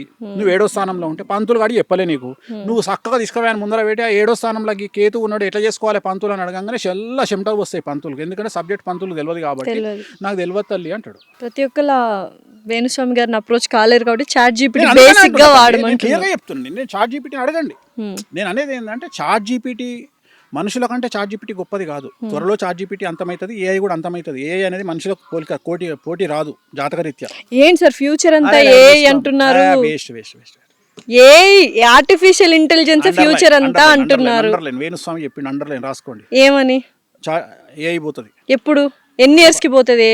2032 వరకు ఏఐ మీద జనాలకు ఇంట్రెస్ట్ పోతుంది. తర్వాత మళ్ళీ ఏమైంది? మనుగడ ఏమైంది? ఏఐ ఉండదు. ఏఐ నంబర్ కంప్యూటర్ సిస్టమ్ ఇవే నడుస్తాయి కానీ ఏఐ అనేది పెద్ద పీక్ పడగొట్టేది ఏం కాదు. అంటే మనిషి నాలెడ్జ్ ముందర ఏఐ నథింగ్. అంతే అంటారు. ఎందుకమ్మా 2+2 4 అని చెప్పడానికి ఏఐ ఎందుకు? మనిషి లేడా? నేను అది గొప్ప విషయం కాదు. మనకు మానవ మేధస్సు కంటే గొప్పది చెప్పాలి. ఆల్రెడీ నువ్వు ఏదైతే డేటా లోపలికి ఎక్కించినావో అది ఏఐ చెప్తుంది. కానీ రోజు రోజుకు మనము ప్రతి సిచ్యుయేషన్ డిఫరెంట్ గా ఉంటుంది. రోజు డిఫరెంట్గా ఉంటుంది తల్లి, ప్రతిరోజు డిఫరెంట్గా ఉంటుంది. సో నువ్వు అంచనా వేయలేవు. జనాలు చేసే మోసాన్ని యూ కాంట్ ప్రిడిక్ట్. నువ్వు అంచనా వేయలేవు మోసాలని కానీ అభివృద్ధిని కానీ రాకెట్లను కానీ. You can't predict anything in society. Sir ఇప్పుడు మరైతే బీటెక్ స్టూడెంట్స్ అందరూ ఆర్టిఫిషియల్ ఇంటెలిజెన్స్ అనే కోర్సులో జాయిన్ అయిపోయారు, చాలా చేస్తున్నారు. అప్పుడు మరి పరిస్థితి ఏంటి? చేతగానోడు బ్రతుకు తెరువు చేతగానోడు కాంపిటీషన్కు భయపడేటోడు ఏఐకి భయపడతాడు. ఇట్లాంటి ఏఐలు వస్తేనే కదా వేణుస్వామి వాల్యూ తెలిసేది. ఇట్లాంటి ఏఐలు వస్తేనే కదా నీలాంటి అమ్మాయిల వాల్యూ తెలిసేది. ఏఐని ప్రశ్నలు అడుగుమను, ఏఐ బెండకాయ కూర ఏమను చేస్తుందా? చేయదు కదా. ఏం చెప్తుంది? 2+2 4 అని చెప్తుంది. నువ్వేంద్రా బాయ్ ఏ చెప్పని నేను చెప్పుకోనా? నేను అనేది ఇప్పుడు నువ్వు చాట్ జీపీటీని నువ్వు ఏఐని అడుగు, డేట్ ఆఫ్ బర్త్ పెట్టి అది చెప్పిన దానికంటే 100% మంచి ఇంకెక్కువ చెప్తా. జాతకం బెట్టు కడదాం కెమెరా ముందు. 100% అయిపోయింది. మరి ఇంకా ఏం బీకింది అంటే ఎవడైతే టాలెంటెడ్ పర్సన్ ఒకడు ఉంటాడు, మన గ్రూప్లో కూడా ఒకడు ఉంటాడు. ట్రైన్ పోతుంటే ట్రైన్ దిగి ట్రైన్ నూకుతున్నా అని దాన్ని పట్టుకొని ఇట్లా పోతుంటాడు. సో అట్టే కష్టం చేయకుండా కష్టం చేసిన అని బిల్డప్ ఇచ్చేటోనికి ఏఐలు భయపెడతాయి. నీలాంటోనికి నాలాంటోనికి ఏఐలు భయపెట్టాయి. మనం ఏఐ అమ్మ మొగుడు. సో ఏఐ ఇంకోటి ఏఐకి భయపడడం కూడా తప్పే. ఎందుకంటే ఏఐ కూడా మనం క్రియేట్ చేసిందే కదా. అంతే. సో మనం క్రియేట్ చేసిన దానికి మనం భయపడేది. జాబ్లు వెళ్ళిపోతాయి. ఈ రీజన్ ఏంటంటే జాబులు వెళ్ళిపోవడానికి ఆర్థిక మాంద్యం రీజను. మనం ఏదైనా చక్కగా మాట్లాడుకోము. మన దగ్గర ఉన్న గొప్ప విషయం ఏంటంటే మనం నిజాయితీ మనం తప్పులను ఒప్పుకోము. ప్రస్తుతం ప్రపంచాన్ని ఆర్థిక మాంద్యం కుదేలు ఒక ఆట ఆడుకుంటుంది. భారతదేశంతో పాటు అమెరికా కూడా అతి కష్టమైనటువంటి పరిస్థితుల్లో ఉన్నది. ఆ విషయాలు మనం మాట్లాడకుండా అప్పులలో ఉన్నటువంటి కంపెనీలు, దివాలా తీసిన కంపెనీలు అన్ని పనులను తీసేస్తుంటే దానికి వాడు ఏ అనేటువంటి ఒక రూల్ చెప్పి మనల్ని తీసేస్తున్నాడు. Okay, definite. సార్ ఇప్పుడు ప్రపంచంలో అతిపెద్ద సమస్య ఏంటంటే డబ్బు సంపాదించడము. డబ్బు లేని వాళ్ళు అంటే ఏదైనా ప్రాబ్లం ఉంది అంటే అది డబ్బుతో ముడిపడి ఉంటుంది. సో వేణుస్వామి గారు డబ్బు ఎలా సంపాదిస్తారు, డబ్బు సంపాదించడం ఎలా అని అడిగితే ఏమంటారు? డబ్బు సంపాదించడం ఎలా అంటే ప్రపంచంలో 3 విషయాలు చాలా సింపుల్ విషయాలు. 1 డబ్బు సంపాదించడం, 2 అమ్మాయిని పడేయడం, 3 సెలబ్రిటీ స్టేటస్ అవ్వడం. ఈ 3 చాలా ఈజీనా? ఈజీ. ఈ 3 కోసం మొత్తం చెప్పని ప్రపంచంలో ఈ 3 ఈజీ. ప్రపంచంలో 3 కష్టం. 1 డబ్బు నిలుపుకోవడం, 2 పడేసిన అమ్మాయిని కాపాడుకోవడం, 3 సెలబ్రిటీ స్టేటస్ నిలబెట్టుకోవడం. డెఫినెట్లీ. ఓకే. సో ఇక్కడ సెలబ్రిటీ స్టేటస్ నిలబెట్టుకోవడము, ఇప్పుడు ఉదాహరణ అమ్మాయి పడే వరకు ఉన్న కసి పడ్డ తర్వాత ఉండదు. ఎఫర్ట్స్ ఉండవు తర్వాత. ఎస్. ఎందుకు అంటే ఆమె పొద్దున్న లేస్తే మన ఇంట్లోనే మన ముంగటనే బాత్రూమ్ కాడ బ్రష్ చేసుకుంటుంది, రాత్రి ముఖం కడుక్కోకుండా. సో అంతకుముందు మనం గల్వనికి వచ్చినప్పుడు చాలా అందంగా తయారై వస్తుంది మేకప్ వేసుకొని.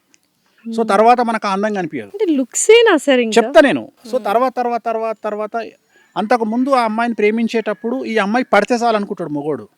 తర్వాత పెళ్లి కాగానే ఏమవుతుంది, నెలకు రెంట్ కట్టాలి, కార్ ఇన్స్టాల్మెంట్ కట్టాలి. సో వీడు ఈ పనులు ఉంటాడు.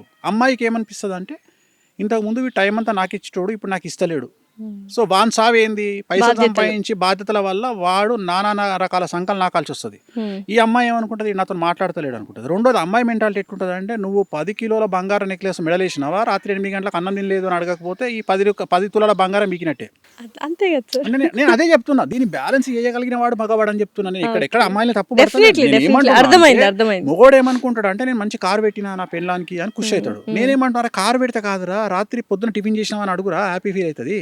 ఇంకోటి 5 తులాల బంగారు నక్లెస్ తెచ్చి గిఫ్ట్ పడేసిన అనుకో, అరే దానివల్ల సాటిస్ఫై కాదురా, గంట సేపే ఉంటుందిరా, మళ్ళీ రాత్రి నువ్వు ఏం తిన్నావు అని అడగకపోతే మళ్ళీ మొదటికి వస్తారా లొల్లి. సో అందుకని నువ్వు అన్ని బ్యాలెన్స్ చేయి. ఇక్కడ అమ్మాయికి కావాల్సిన, భార్యకి కావాల్సినటువంటి ఫుడ్ ఇయ్యి, కేరింగ్ ఇయ్యి, సో ఫ్రీడమ్ ఇయ్యి, అన్నీ ఇస్తేనే ఒక అమ్మాయి నీకు ప్రేమతో అణిగిమణిగి ఉంటుంది. నిజమైన మొగోడు తలుచుకుంటే పెళ్ళాన్ని ఎవ్వనంటే వాడిని పెళ్ళాంతో మర్డర్ చేయించవచ్చు. నిజమైన హస్బెండ్ కరెక్ట్గా భార్యను హ్యాండిల్ చేస్తే ఆ భార్యకు కత్తిచ్చి వాడిని చంపేయంటే చంపేస్తుంది. కానీ అది చేతగాని కొడుకులు, వీళ్ళకి ఏదో ఎక్స్క్యూజెస్ చెప్పుకోగలిగిన వాళ్ళు సరిగ్గా అమ్మాయిని చూసుకోరు. నేను అనేది ప్రయారిటీ ముఖ్యం రా. నీ జాతకం, నీ జీవితంలో నీ ఫస్ట్ ప్రయారిటీ నీ పెండ్లం, నీ సెకండ్ ప్రయారిటీ నీ పిల్లలు, బస్ అంతే. ఇంక వదిలేసి ఇంక తల్లి తండ్రి వీళ్ళ మీద బాధ్యత చూపి. నీ తల్లి తండ్రి ఉన్నారు, నీ తల్లిదండ్రికి బాధ్యత. నీ బాధ్యత ఏంది? వాళ్ళకి టైంకు మెడికల్ షాప్లో మెడిసిన్స్ ఇప్పియడము, వాళ్ళు తిన్నరా లేదా కనుక్కో, అది బాధ్యత. సో ఇది తెలియక చాలా మంది గొడవలు పడేసుకుంటూ భార్య భర్త విడిపోవడానికి ఇటు తల్లిదండ్రులు అటు తల్లిదండ్రులు కారణం. రెండవది ఏంటంటే, ఇప్పుడు ఉదాహరణ ఈ మధ్య కాలంలో అమ్మాయిలు స్ట్రెస్ ఎక్కువ తీసుకోవడం వల్ల, రెండవది మనం తాగేటువంటి పాలల్లో మొత్తము కెమికలైజ్డ్ పాలు, దానివల్ల అమ్మాయిలు త్వరగా పీసీఓడీలు వస్తున్నాయి. సో పీసీఓడి అనగానే పీసీఓడి ఒకటే కాదు, hormonal imbalance. So almost all 100 మంది అమ్మాయిలను తీసుకుంటే 90 మంది అమ్మాయిలకు మూతి మీద మీసాలు వస్తున్నాయి. సో ఎందుకు అంటే హార్మోనల్ ఇన్బ్యాలెన్స్. దీన్ని అర్థం చేసుకోగలిగిన శక్తి మగవాళ్ళ దగ్గర లేదు. ఇక్కడ విషయం ఏంటంటే, వాళ్ళను ఒక బాధితులుగా చూడాలి మనం, అమ్మాయిలను ఒక బాధితులుగా చూడాలి. బాధితులుగా చూసినప్పుడు అరే వీళ్ళు పీసీఓడి బారిన పడ్డరు, ఒక హార్మోనల్ ఇన్బ్యాలెన్స్లో పడ్డరు అంటే వాళ్ళు ఒక కన్సర్న్ కోరుకుంటున్నారు. అంటే వాళ్ళ బాడీలో వాళ్ళకి తెలియకుండా ఏవో ప్రకృతిపరమైన జరుగుతున్నాయి, కల్లోలం జరుగుతుంది. నేను అనేది, నువ్వు సునామీ అంటావు కదా, ఆ సునామీ సముద్రంలో పక్కకు పెట్టరా. నీ పెన్లాంలో సునామీ వచ్చింది, నీ బిడ్డల సునామీ వచ్చింది, నీ చెల్లెల సునామీ వచ్చింది, అది గమనించు. ఆ సునామీని ఎట్లా హ్యాండిల్ చేస్తావు అనేది హ్యాండిల్ చేయి. ఆ సునామీని హ్యాండిల్ చేస్తే ప్రశాంతంగా ఉంటుందిరా. సముద్రం ఎంత ప్రశాంతంగా ఉంటుందో ఆడదంత ప్రశాంతంగా ఉంటుంది. అప్పుడు జీవితం చాలా ప్రశాంతంగా ఉంటుంది. ఇది ఎవడు ఎంతసేపు వాడు ఆ అమ్మాయి డేట్లో ఉన్నప్పుడు కూడా నాకు టీ అంటాడు పెళ్ళాన్ని. అరే అమ్మాయి డేట్లో ఉన్నప్పుడు 4 రోజులు పాతకాలంలో మనం సెలవిచ్చినాం, ఇప్పుడు ఇస్తలేం రా. ఆమె పొద్దున్న లేస్తే ఆమె తయారయ్యి, ఉదాహరణ ఒక జీన్స్ ప్యాంట్ వేసుకునే అమ్మాయి తను డేట్లో ఉన్నప్పుడు ఆ డ్రెస్ వేసుకొని బయటికి పోయి జాబ్ చేయాలి అంటే ఎంత డిస్కంఫర్ట్గా ఫీల్ అవుతుంది. ఒక ఎయిర్ హోస్టెస్, ఒక మంచి పొజిషన్లో ఉండే ఒక అమ్మాయి, ఒక హీరోయిన్, డ్యాన్స్ చేయాల్సిన హీరోయిన్ డేట్లో ఉండి డ్యాన్స్ చేస్తుంది.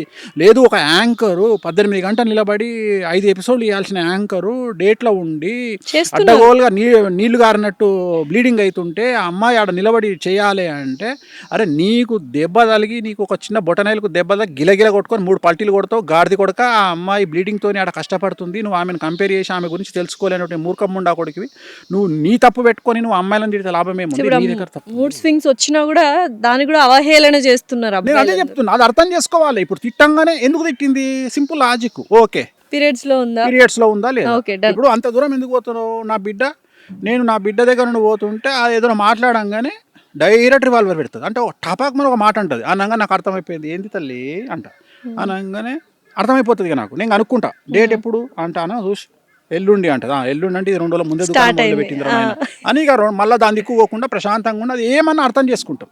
అంటే ఇది ఎవరు అర్థం చేసుకోవాలి? మగవాళ్ళు అర్థం చేసుకోవాలి. ఇది అర్థం చేసుకోకుండా దానికి ఇగో అని పేరు పెట్టి, జెలస్ అని పేరు పెట్టి, ఇట్లా చేతిలో రిమోట్ ఉంటుంది, డేట్లో ఉంది రిమోట్, చేతిలో టీవీ రిమోట్ ఉన్నప్పుడు ఆమెకు నచ్చిన టీవీ చూస్తుంది, చూడదు, ఇంకేమో చేస్తుంది.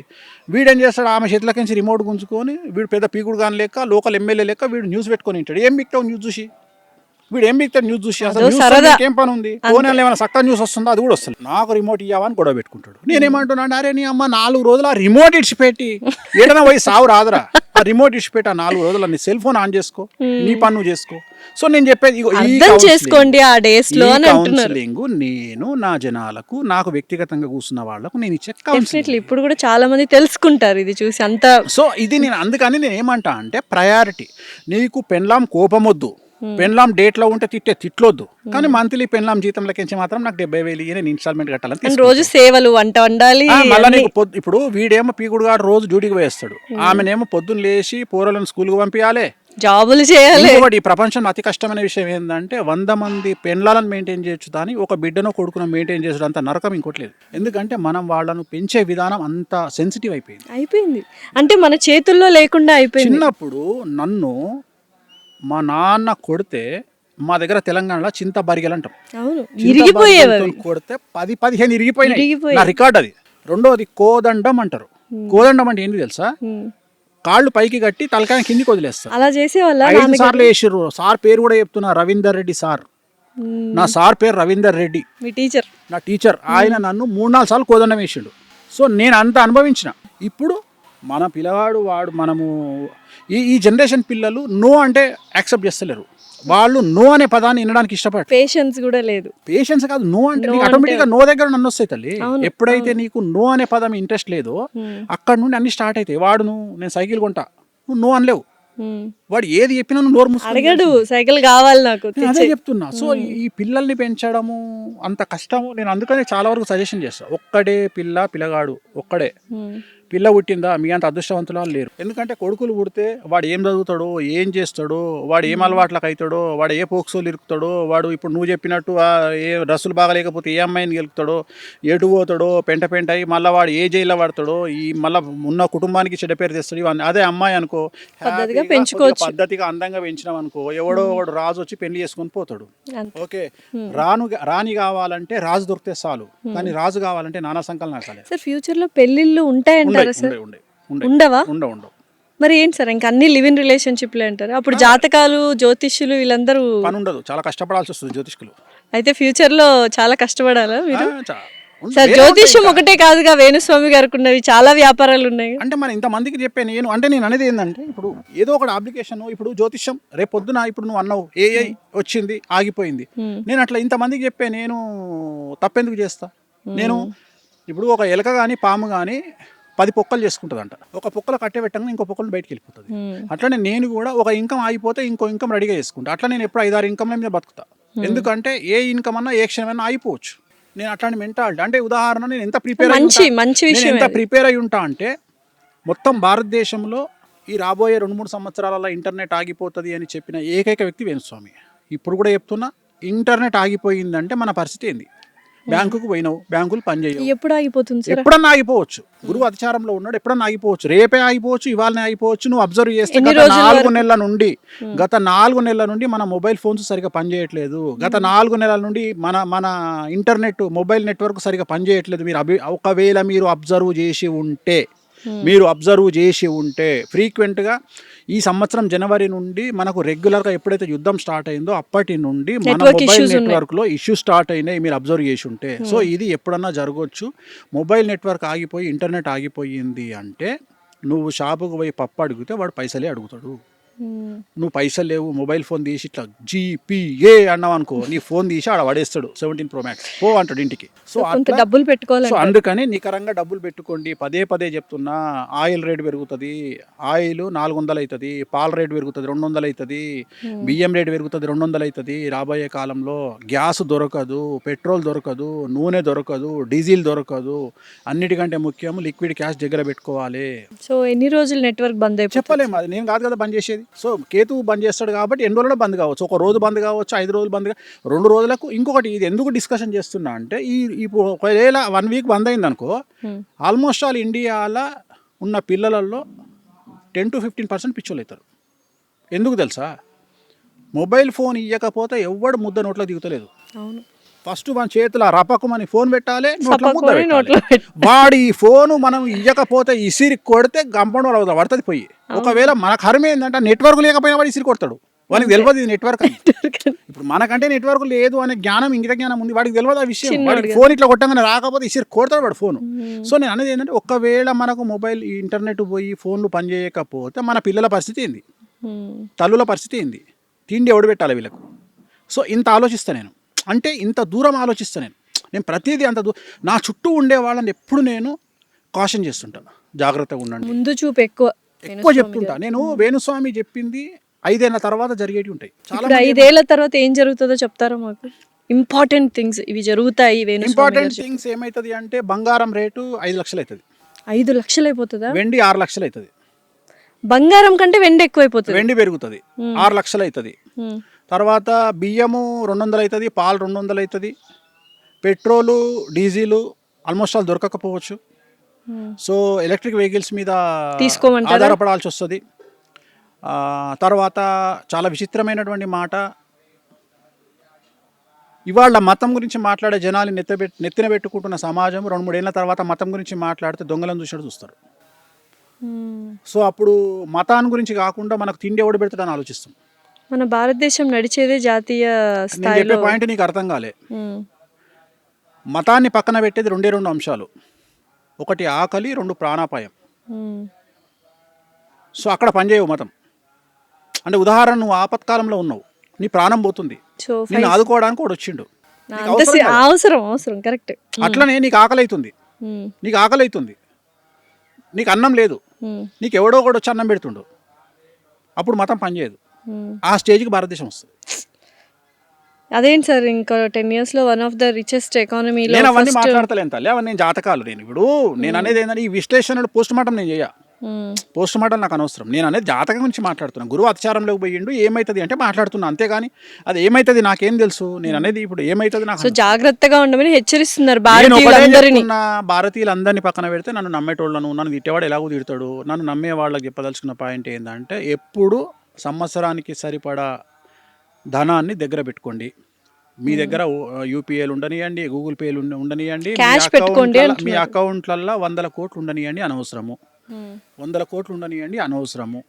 మీ చేతిలో నికరాన్ని డబ్బును దగ్గర పెట్టుకోండి, లిక్విడ్ క్యాష్.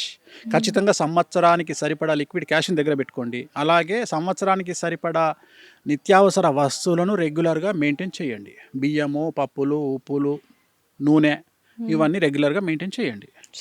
సో సాధ్యమైనంత వరకు సోలార్ వైపు మళ్ళీ ప్రయత్నం చేయండి, ఎలక్ట్రిక్ వెహికల్స్ తీసుకునే ప్రయత్నం చేయండి.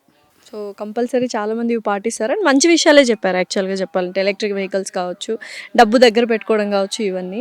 సార్ స్విమ్మింగ్ అంటే ఇష్టం అన్నారు కదా, ఏంటి 4-5 గంటలు అలాగా తేలిపోయి ఒక ఆసనం వేసి ఉండిపోతారంటే స్విమ్మింగ్ పూల్లో? అంటే మాకు ఇది మా పూజలలో, వామాచారంలో కొన్ని పూజలు ఉంటాయి. ఆ పూజలకి ఏంటంటే మేము ఏ వ్యక్తికి అయితే మంచి జరగాలని చెప్తామో, అంటే వామాచారంలో చెడు చేయొచ్చు, మంచి చేయొచ్చు. అప్పుడు అది చెడు చేస్తే అది బ్లాక్ మ్యాజిక్ అయిపోతుంది, చేతబడి అయిపోతుంది కదా. చేతబడి అంటే దాని ఉద్దేశం ఏంటంటే, చేతబడి అనేది తప్పు, దాని పదం తప్పు. చేతబడి అంటే జనరల్గా మనకు చేతబడి అనేది దట్ ఈస్ ఏ క్రియేచర్, అంటే అది నిజంగా చేయగలిగిన వాళ్ళు ఇప్పుడు లేరు. జనరల్గా మనకు చేతబడులు జరుగుతున్నాయి. చేతబడి, బాణామతి అనేది చేసేవాళ్ళు లేరు. సో మన దగ్గర ఉన్నది సత్కాలు పెట్టేవాళ్ళు ఉన్నారు. సత్కాలు పెట్టేవాళ్ళు అంటే ఉదాహరణ నువ్వు చూస్తుంటావు, 3 రోడ్ల కూడలిలో కొబ్బరికాయ, నిమ్మకాయలు, గుడ్లు, ఇవి సత్కా అంటారు వీటిని. జనరల్గా మనకు జరిగిన మన చెడును తీసేసి అక్కడ పెడతారు, దాని మించి ఎవరు దాటితే వాళ్ళకి అది అంటుకుంటుంది. సో నేను అవి తీసేయడంలో నెంబర్ 1. సో అలాంటివి నేను చేతబడి, బాణామతి చేసినా నేను తీయగలుగుతాను. నేను ప్రయోగాలు, ఎనీ ప్రయోగం, నీకు తెలిసిన ప్రయోగము, నువ్వు చేతబడి బాణామతి అన్నావు కదా, కాదు, మార్జాల తంతు అంటే పిల్లితో చేతబడి చేస్తారు, ప్రయోగం నాట్ చేతబడి, ప్రయోగం.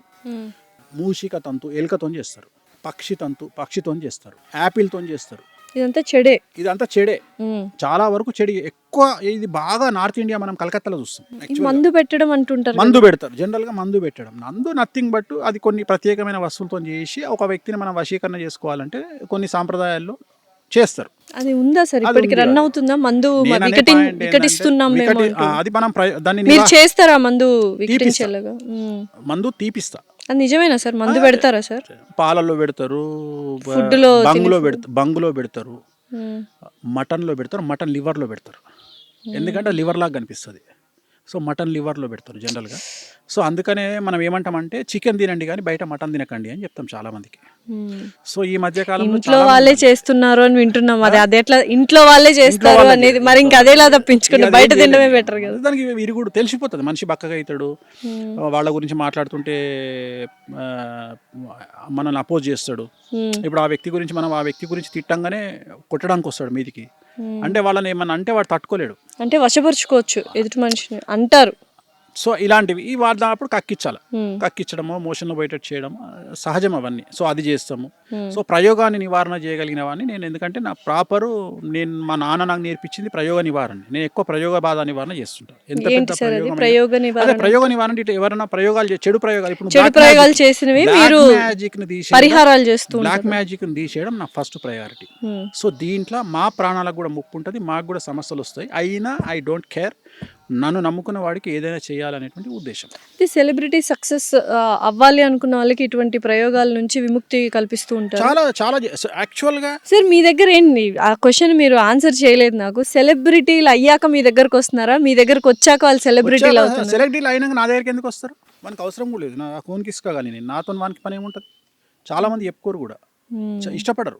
అవును చాలా మంది, కానీ కొన్ని చూసాం సార్ ఈ మధ్య పెద్ద పెద్ద వాళ్ళు చాలా బాగా సెటిల్ అయ్యారు. అంటే కాదు తల్లి, ఇట్లా నీకు తెలిసిన ఇప్పుడు సోషల్ మీడియాలో మెయిన్ స్ట్రీమ్ మీడియాలో నీకు తెలిసిన 3 ఉంటారు, అవును అట్లా 3000 మంది ఉంటారు బయట. నేను కూడా వస్తే నన్ను సెలబ్రిటీని చేస్తారు, నమ్మకం ఉండాలి అంతే అంటారు కదా. అంతేనా సార్? నువ్వు ఆల్రెడీ సెలబ్రిటీ కదా. అయిపోయాను సెలబ్రిటీ అంటే దాని అర్థం ఏంటంటే 10 మందికి తెలియడం, గుర్తింపే సెలబ్రిటీ. అంతే, జనాల యొక్క గుర్తింపే సెలబ్రిటీ. అంటే సెలబ్రిటీ నెక్స్ట్ లెవెల్ తీసుకెళ్ళడానికి కూడా మీ దగ్గరకు వస్తుంటారు. 100% వస్తారు. అంటే దానికి నీ కష్టం కూడా ఉంది. నేను ఏమంటా అంటే 88% మాత్రమే దైవికమైన శక్తి నీకు సహాయపడుతుంది. 12% నీ స్వయంకృతం ఉంటుంది. నీ 12% మనం కష్టపడాలి. కష్టపడితే చాలు, 88% దేవుడు చూసుకుంటాడు. అందుకనే దానికి ఒక సామెత ఉంది, గాలిలో దీపం పెట్టి దేవుడా అనొద్దంట, దేవుడా దీపం కాపాడు అనొద్దంట. ఈ 2 చేతులను అక్కడ పెట్టు అన్నాడు. నీ ప్రయత్నం 88% అయిన గాలి కంట్రోల్ చేస్తాడు. సో ఇక్కడ కూడా అంతే, నువ్వు కంఫర్టబుల్ జోన్ దాటి బయటికి రావడమే, కష్టపడడమే నీ యొక్క ప్రయత్నం. మిగిలిందంతా దేవుడు చూసుకుంటాడు. నువ్వు కష్టపడకుండా నేను కంఫర్టబుల్ జోన్లు ఉంటా, నేను కొట్లాడా, నేను ఎవరితో పోను, నేను ఇంటి పక్కోడు తిడితే నేను ఇంటి పక్కోడు తిడితే ఏడుస్తా, ఇంటి ముంగటోడు తిడితే ఏడుస్తా, నా గురించి ఎవడో ఫేస్బుక్ లా కామెంట్ పెట్టంగానే ఏడుస్తా అంటే నువ్వు బయటికి రావు. నువ్వు పట్టించుకోవద్దు. నువ్వు ఏం ఆలోచన చేయాలి అంటే నేను ఒకటే చెప్తా సమాజానికి, ఆర్టీసీ బస్సులో కూర్చొని ఏడవడం కంటే BMW కార్లో కూర్చొని ఏడవడం గొప్పది అని నమ్మేటువంటి వ్యక్తి వేణుస్వామి. సో మీరు ఏడవండి, కానీ BMW లో కూర్చొని ఏడవండి, బెంజ్ కార్లో కూర్చొని ఏడవండి, నేను యాక్సెప్ట్ చేస్తా, సంతోషపడతా. కానీ ఆర్టీసీ బస్సులను 2 వీలర్ మీద కూర్చొని ఏడవకండి. ఆ ఏడ్చేది ఏదో పెద్ద కార్లో కూర్చొని లగ్జరీ కార్లో కూర్చొని ఏడవండి అని చెప్తున్నాను. సో ఇందాక వామాచారం స్విమ్మింగ్ ది ఏదో పరిహారం, అదే వామాచారం ఏంటంటే పరిహారం. ఇప్పుడు ఒక్కొక్కళ్ళకి సంబంధించి కొన్ని మనం మాట్లాడుకునేటప్పుడు ఏంటంటే వాళ్ళకి సంబంధించిన పూజలు ఉంటాయి. ఆ పూజలు చేసినప్పుడు మనం కొన్నిసార్లు ధ్యానం చేయాల్సి వస్తుంది. ఆ వ్యక్తికి సంబంధించి వాటర్ లో ధ్యానం మీద పడుకొని ఆ వ్యక్తికి సంబంధించి ఈ పలాంది మంచి కోసం ఆ పూజ చేస్తున్నాడు, అది జరగాలి ఆయనకు అని చెప్పేసి ఆ బాధ్యత తీసుకున్న వ్యక్తిగా నేను ఆ నీళ్ళ మీద ఫ్లోట్ అవుతూ ఒక మంత్ర జపం ఉంటుంది. ఇప్పుడు కామాఖ్య బగాలముఖి అమ్మవారు ఉంది, ఆ బగాలముఖి సంబంధించి ఓం సింబాలముఖి సరదుష్టానం వాచముఖం పదం సంభేజిక్వాం కిలే బుద్ధి వినాశహీం ఓం స్వాహ అంటే ఆ వ్యక్తి ఏం జరగాలి. ఆ వ్యక్తి ఇప్పుడు ఉదాహరణ నీ శత్రువు ఉన్నాడు, నీ శత్రువు అంటే నీకు ఎన్ని రకాల శత్రువులు ఉంటారు? చాలామంది శత్రువులు ఉంటారు. ఈ శత్రువులు అనేది నార్మల్ శత్రువులు వేరే, మనల్ని టార్చర్ పెట్టే శత్రువులు వేరే. మనల్ని టార్చర్ పెట్టే శత్రువుల కోసమే మనం ప్రయోగం చేస్తాం, మనం పూజలు చేస్తాం. మనం టార్చర్ పెట్టే ఇప్పుడు ఉదాహరణ నీ ల్యాండ్కి అబ్జర్వ్ చేసినప్పుడు కూడా నీకు శత్రువే, అన్న నువ్వు గెలవాలని పూజ చేస్తాం. అర్థమైంది కదా? అట్లనే నిన్ను ఒకడు నీకు బాగా నరకంగా చూపిస్తున్నాడు. కొంతమంది ఉదాహరణ డివోర్స్ కావాలనుకునే భార్యకు భర్త శత్రువు, అంతే. అర్థమైందా? సో శత్రువు అనేటువంటి ఒక నిర్దిష్టమైన పద ప్రమాణం ఏం లేదు. సో శత్రువు మారుతూ ఉంటాడు. సో యాచక శత్రువు, బిచ్చగానికి బిచ్చగాడు శత్రువు అట. అట్లా ఏ వృత్తిలో ఉండేవాళ్ళు ఆ వృత్తిలో శత్రువులు. ఉదాహరణ బాలీవుడ్ తీసుకుంటే ప్రతి heroine almost all 90% black magic బాలీవుడ్లో జరుగుతుంది. సో నేను ఎక్కువగా రెమెడీ చేసేది బాలీవుడ్కి చేస్తాను. ఎందుకంటే బాలీవుడ్లో అసలు ఆల్మోస్ట్ ఆల్ 90% హీరోయిన్లు బ్లాక్ మ్యాజిక్ చేస్తారు. హీరోయిన్లు చేస్తారా? హీరోయిన్లకి చేస్తారు, హీరోయిన్లు అపోజిట్ హీరోయిన్లకి చేస్తారు. ఒక హీరోయిన్ ఏం చేస్తుంది అంటే ఆ హీరోయిన్ ఎదగకుండా బ్లాక్ మ్యాజిక్ చేస్తుంది. సిరీస్లే వచ్చినాయి కదా, రాజ్ 1, 2, 3 అవును, మొత్తం వాటి మీద లాస్ట్ నీళ్ళతో ప్రయోగం చేస్తారు, ఒక నీటితో ప్రయోగం చేస్తారు. సో నేను అనేది అదే చెప్తున్నా. సో బాలీవుడ్లో మొత్తం బ్లాక్ మ్యాజిక్ ఎక్కువ ఉంటుంది, విపరీతమైన బ్లాక్ మ్యాజిక్ ఉంటుంది బాలీవుడ్లో, అసలు భయంకరంగా ఉంటుంది. సో అక్కడ బ్లాక్ మ్యాజిక్ చేయించుకున్న వాళ్ళందరూ నా దగ్గరకు వస్తారు తీయించుకోవడానికి. చాలా వరకు ఏమనుకుంటారంటే వేణుస్వామి తెలుగు స్టేట్స్, నేను ఎక్కువ తెలుగు స్టేట్స్ కంటే సెలబ్రిటీలు నా దగ్గరకు వచ్చేది కర్ణాటక, తమిళనాడు, ఉత్తరప్రదేశ్ అండ్ బాంబే. సో ఇతర రాష్ట్రాల నుండి ఎక్కువగా నా దగ్గరకు వచ్చేవాళ్ళు నా దగ్గర చాలా ఎక్కువ వస్తారు. తెలుగు వాళ్ళు సెలబ్రిటీలు చాలా తక్కువ. అంటే సెలబ్రిటీలో కొంతమంది భయం ఏముంటుంది అంటే, కొంతమంది చేసే అడావిడి వల్ల వేణుస్వామి దగ్గరికి పోతే మనల్ని ఎవరైనా చూస్తాడేమో, అంటే రాంగ్ రెప్యుటేషన్ వచ్చేసింది అని భయపడుతుంటారా, బాధపడుతుంటారా ఎప్పుడైనా? అలా ఏముండదు. ఏం లేదమ్మా, నేను అసలు అదే చెప్తున్నా, నేను పట్టించుకోనవన్నీ. నేను అసలు ఇప్పుడు నేను ఒకటే నమ్ముతా. నేను ఎట్లా నమ్ముతా అంటే, ఇప్పుడు నేను ఉదాహరణ నేను మా అమ్మను ఒక హాస్పిటల్కి తీసుకుపోతున్నా లోపలికి. మా అమ్మ కండిషన్ సీరియస్గా ఉంది, హాస్పిటల్ తీసుకుపోతున్నా. నేను తీసుకుపోయేటప్పుడు పక్కన డెడ్ బాడీ మీద ముసుగు కప్పి తీసుకొస్తారు బయటికి. ఇప్పుడు ఈ హాస్పిటల్లో ఒక పేషెంట్ చచ్చిపోయింది కాబట్టి మా అమ్మ కూడా చచ్చిపోతుంది, వీడు వేస్ట్ కాడు ఈ హాస్పిటల్ వాడు అని నేను వెనక్కి రావాలన్నా లోపలికి పోవాలన్నా? లోపలికే వెళ్ళాలి, దేవుడు హాస్పిటల్ నమ్ముకొని. తలకాయనోడు ఏం చేస్తాడు? లోపలికే పోతాడు. పోతాడు. సపోజ్ అట్లా కాకుండా బయటికే తీసుకుపోయాను అనుకో తల్లిని, చచ్చిపోతుంది కదా. నేను అంతే. నా దగ్గరికి నువ్వు రాకపోతే నాకు వచ్చిన నష్టం ఏం లేదు, వేరేటోడు వస్తాడు. నా అర్థమైంది. దగ్గరికి నువ్వు రాకపోతే వేరేటోడు వస్తాడు. నాకు నేను నా దగ్గరికి కొంతమంది మేధావులు చాలా మంది వచ్చి, స్వామి మా దగ్గర చాలా మంది క్లయింట్లు, నీది నువ్వు చూపించుకొని పో, వేరేటోని గురించి మాట్లాడకు, మన అపాయింట్మెంట్ దొరికినప్పుడు చూద్దాం, ఇక్కడ నేను ఖాళీ లేక కూర్చోలే. డెఫినెట్లీ. సో ఇంత బిజీగా ఉన్నారు కదా, మరి మిమ్మల్ని అప్రోచ్ చేయాలంటే బాగా, అంటే సామాన్యులకి బాగా కాస్ట్లీ ఏం లేదు. సెలబ్రిటీ తెలుగు స్టేట్స్ లో అతి తక్కువ రెమ్యునరేషన్ తీసుకునేవాడిని నేను ఒక్కనే, జాతకానికి 6,000. నువ్వు నమ్ముతావా? మన దగ్గర 50,000 స్టార్టింగ్, మన దగ్గర 50,000 తెలుగు స్టేట్స్లో, రెండవది 30,000, మూడవది 16,000 ఆస్ట్రాలజర్స్.